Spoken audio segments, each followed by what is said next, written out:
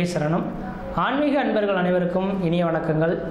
நம்ம இந்த வீடியோ மூலமாக 2025ஆம் ஆண்டிற்கான ஆவணி மாத ராசி பலன்களை பார்க்க இருக்கிறோம். குறிப்பாக இந்த வீடியோவானது பார்த்தோம் அப்படின்னாக்கா மீனராசி அன்பர்களுக்கான வீடியோ.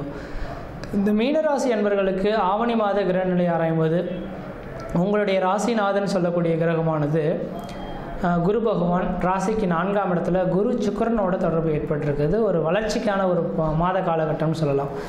ஏன்னா 4ஆம் இடமானது ஒரு மனிதனோட வாழ்க்கையில் அழியா சொத்துக்களை சொல்லக்கூடிய இடம். வீடு மனை வாசல் வண்டி வாகன யோகத்தை குறிக்கக்கூடிய இடங்க. அப்போ தன் ராசிநாதன் 4ஆம் இடத்தை நோக்கி போய் அதோட சுக்கிரனோட தொடர்பு பெறுதுன்னாக்கா இந்த நேர காலகட்டத்தில் பூர்வ புண்ணிய சொத்து சோகத்தினால ஆதாயங்கள் பெறக்கூடிய ஒரு மாத காலகட்டமாக இருக்குது.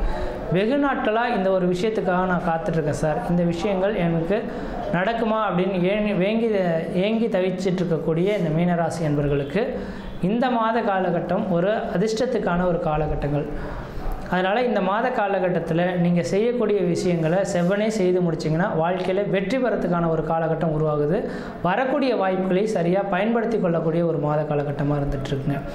அதே வேளையில் பார்த்தோம் அப்படின்னாக்கா உங்களுக்கு ராசியில் சனி பகவான் உட்காந்துருக்கனால 7.5 சனியின் தாக்கங்கள் தொடங்கி இருக்கிறதா அர்த்தம் அப்படின்றீங்க. ஆனால் 7.5 சனி இருக்கிறதுனால பெரிய அகலுக்கால் வைக்கக்கூடாது. ஏதாவது ஒரு சில விஷயங்கள் இருக்குது அப்படின்னாக்கா சிந்தித்து செயல்படுங்க. ஒரு தடவைக்கு 2 தடவை சிந்தித்து செயல்படுறது மட்டும் இல்லாமல் 4 பேர் கேட்டு நீங்கள் செயல்படுறது ஓரளவுக்கு நல்ல பலன்களை தருன்றீங்க. இப்போ 4 பேர் கேட்காம நீங்கள் முடிவெடுத்துனாக்கா அது சாதாரண தேவையில்லாத முடிவாக போய் மன அழுத்தத்தை கொடுக்கலாம், பொருளாதார விரயத்தை கொடுக்கலான்றீங்க. முக்கியமாக மீனராசி அன்பர்களுக்கு நான் சொல்லக்கூடிய கருத்துக்கள் இந்த மாத காலகட்டத்தில் உங்களுக்கு ஒரு அதிர்ஷ்டத்துக்கான அமைப்புகள் வந்துட்டுருக்கு. வாய்ப்புகள் வரும்போது சரியாக பயன்படுத்திங்க. அதாவது ஒரு புதிய முயற்சி எடுக்கலாம், உங்கள் நிறுவனத்தை கொஞ்சம் விரிவுபடுத்துறதுக்கான ஒரு வாய்ப்புகள் வரலாம், அல்லது யாராவது கொடுத்து உதவலாம். இந்த நேரத்தில் அது கொடுத்து உதவுறாங்களேன்ட்டு நீங்கள் ரொம்ப அகலக்காலம் வச்சுட்டிங்கன்னா அதை திரும்ப கொடுக்க முடியாமல் கஷ்டப்படலாம். அதனால் அதை சிந்தித்து உங்களோட தகுதிக்கு தகுந்த மாதிரி பெற்றுக்கிறது நல்லாயிருக்கும்.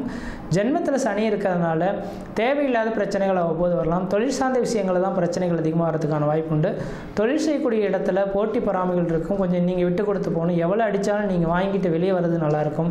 இல்லை நான் செய்யாத குற்றத்துக்கு தண்டனைகள் கொடுக்குறாங்களே அப்படின்ற மாதிரி கொஞ்சம் நீங்கள் எதிர்த்து பேசிட்டீங்க அப்படின்னாக்கா இந்த சனி பகவான் ரொம்பவே உங்களை மன அழுத்தத்துக்கு உள்ளாக்கக்கூடிய ஒரு காலகட்டங்கள் உருவாயிடும். அதனால் சிந்தித்து நீங்கள் செயல்படுறது தான் அறிவின் திறமைகளாக இருக்கும் அப்படின்றத ஆணித்தரமாக சொல்ல விரும்புகிறேன்.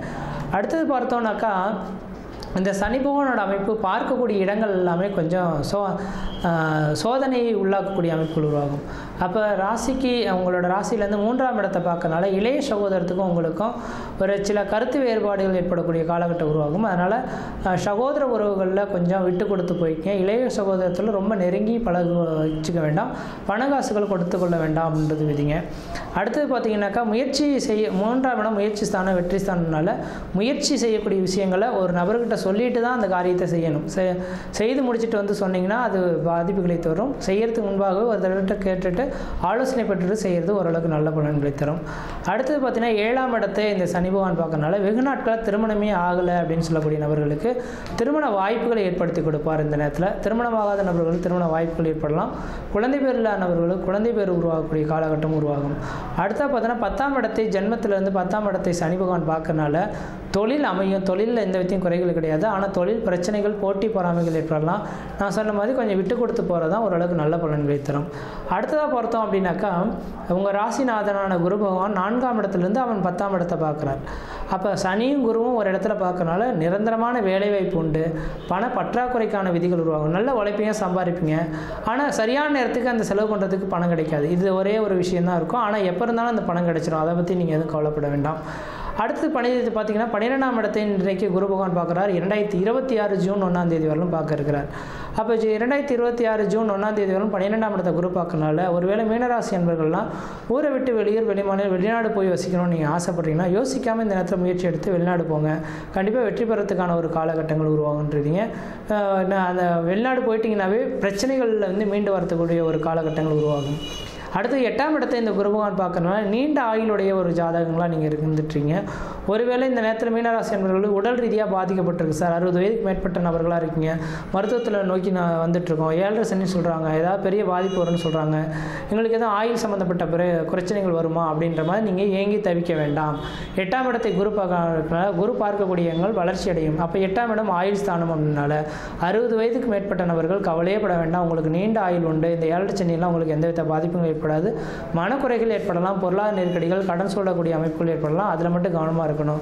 உங்களுக்கு மற்ற விதத்தில் எதுவும் தோஷங்கள் சொல்கிறதுக்கான வாய்ப்புகள் கிடையாது. அப்போ 8ஆம் இடத்தை குரு பார்க்கறனால திடீர் அதிர்ஷ்டமும் உண்டு. ஒரு இப்போ ஏதாவது வேலை செய்து வச்சுருப்பீங்க, என்றைக்கோ ஒரு நாள் உங்களுக்கு பணம் கொடுத்து உங்களை காப்பாற்றுறதுக்கு ஆள் காத்துட்ருப்பாங்கன்றீங்க. ஆனால் அதே வேளையில் நான் சொல்லக்கூடிய கருத்துக்கள் என்னக்கா, கடன்கள் வந்தே தீரும். இந்த கடன்களுக்காக இந்த நேரத்திலே ரொம்ப அகலக்கால் வச்சு கடன்கள் வாங்கிடாங்க. உங்களோட தகுதியை இருந்து கடன் வாங்கிங்க. வீடு கட்டுவதற்காக, அதாவது நிலம் வாங்குவதற்கு, வீடு கட்டுவதற்கு மட்டும் கடன் வாங்குங்க. இது செய்தீங்கன்னா கடன் மீனராசிக்கு வந்தே தீரும். அதை யாரும் மாற்றி அமைக்க முடியாது. ஆனால் வீடு கட்டுறதும் நிலம் வாங்கி போடுறதும் அழியா சொத்துக்கள், எத்தனை வருஷம் ஆனாலும் நமக்கு திரும்ப கிடைக்கும். ஒருவேளை தொழிலுக்காக நீங்கள் அதிகமாக கடன் போடுறீங்கன்னு வச்சுக்கோங்களேன், அந்த கடனால் பெரிய பெரிய லெவலில் அது போட்ட கடன் திரும்ப பெற முடியாத கஷ்டப்படக்கூடிய அமைப்புகள் உருவாயிடும். அதனால் கொஞ்சம் சிந்தித்து செயல்படுறது அறிவின் திறமைகளாக இருக்கும். அதேபோல் 6ஆம் இடத்துல சூரிய பகவான் உட்காந்துருக்கிறது இப்போதைக்கு தந்தையின் கை ஓங்கி இருக்கக்கூடிய ஒரு காலகட்டமாக இருந்துகிட்ருக்கு. உங்களோட அப்பா இருக்காங்க அப்படின்னாக்கா உங்கள் அப்பாவின் உறுதுணையோடு நீங்கள் செயல்படுங்க. ஏதாவது ஒரு சில விஷயமா இருந்தாலும் அப்பா கிட்ட கேட்டு செய்யுங்க. அப்பாவுக்கு இன்றைக்கி 6ஆம் இடத்துல இருக்கிறனால அரசாங்கத்தினால ஆதாயங்கள் அவங்களுக்கு கிடைக்கக்கூடிய அமைப்புகளும், அல்லது அதிகார பதவிகள் கிடைக்கக்கூடிய அமைப்புகளும், அல்லது நீங்கள் கேட்ட இடத்துலேருந்து பணம் கிடைக்கக்கூடிய அளவுகளுக்கு தன் தந்தையின் மூலியமாக தான் உங்களுக்கு ஆதாயங்கள் இருக்கிறத பார்க்க முடியுதுங்க. அதனால் மீனராசி என்பவர்கள் இந்த நேர காலகட்டத்தில் யாரையாவது ஒன்றி வாழ்ந்தீங்கன்னா சிறப்பாக இருக்க முடியும். கொஞ்சம் விலகி நிற்கிறீங்க அப்படின்னாக்கா தனிமரமாக இருக்கக்கூடிய காலகட்டம் உருவாகும். பிரச்சனைக்குரிய நபர்கள் யாரும் வந்தால் அவங்களை விட்டு விலகி வந்துடுங்க. நீங்கள் பிரச்சனையை நோக்கி போகாமல் இருக்கிறது விசேஷம். அதை நான் செய்யாத குற்றத்துக்கு சொல்கிறாங்களேன்ற மாதிரி நீங்கள் போயிட்டீங்கன்னா அதனால் மன உளைச்சல்கள் ஏற்படலாம். அதே போல் பார்த்தீங்கன்னா கணவன் மனைவி உறவுகளும் ரொம்ப ரொம்ப எச்சரிக்கையாக இருக்கணும். இன்றைய தேதி மட்டும் கிடையாது, 2028ஆம் ஆண்டு வரலும் கணவன் மனைவி உறவுகளை விட்டு கொடுத்து போங்க. ஒருத்தர் நல்லா புரிஞ்சு பழகிக்கிங்க. புரியாமல் விட்டுட்டிங்கன்னா கண்டிப்பாக அதில் பிரிவுகள் சந்திச்சிடலாம். உங்கள் ஊரில் பல சமுதாயத்தில் பல பிரச்சனைகள் வந்தாலும் கணவன் மனைவி உறவுகள் பிரச்சனைகள் இல்லாமல் இருந்துட்டாவே பல்வேறுபட்ட பிரச்சனைகள் உங்களால் சால்வ் பண்ண முடியும். ஆனால் நீங்கள் 2 பேரும் தனித்து நின்றீங்க அப்படின்னாக்கா பிரச்சனைகள் வழிவகுக்கலாம். அதுக்கான வாய்ப்புகள் இருக்கிறதுனால தான் சொல்ல விரும்புகிறேன். அப்போ அதுக்கு மட்டும் வழிவிடாமல் நீங்கள் 2 பேரும் சேருங்க. சார், ஒருவேளை கணவன் மனைவி உறவுகள் பிரச்சனைகள் இல்லாமல் இருக்குன்னா என்ன சார் செய்யலாம்னாக்கா அர்த்தநாதீஸ்வரரை வழிபாடு செய்கிறது மிகப்பெரிய ஒரு விசேஷத்தை கொடுக்கும். ஆணும் பெண்ணும் கலந்த அர்த்தநாதீஸ்வரர் போயிட்டு வழிபாடு செய்துங்க.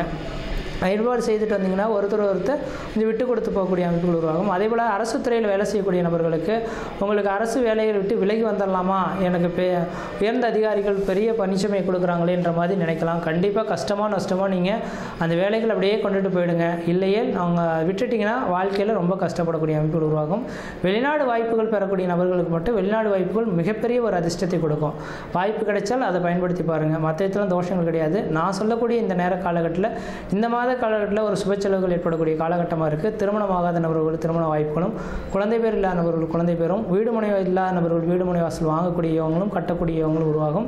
தொழில் அமைப்புகளை ஒரு சில மாற்றங்கள் ஏற்படக்கூடிய காலகட்டம் உருவாகும். அந்த மாற்றங்கள் இருந்தால் ஏற்படுத்திக் கொள்ளுங்கள். முக்கியமாக வெளிநாடு வெளிமாநில தொடர்புகள் இருந்தால் ஏற்படுத்தி கொள்வது நல்லாயிருக்கும். சொந்த பந்தத்து உறவுகளை ரொம்ப நெருங்கி பழக வேண்டாம், அளவாக வச்சுக்கிங்க. சகோதர உறவுகளை கொஞ்சம் விட்டு கொடுத்து போய்க்க நல்லாயிருக்கும். தந்தையின் கை ஓங்கி இருக்கனால தந்தையோட கொஞ்சம் நீங்கள் அனுசரித்து போனீங்கன்னா அவங்களுடைய ஆறுதல்களாலையும் அவங்களோட வளர்ச்சியாலும் நீங்கள் மெருகேறக்கூடிய ஒரு காலகட்டமாக இருக்கும். மற்ற விதத்தில் எந்த தோஷங்கள் பாதிப்பு கிடையாது.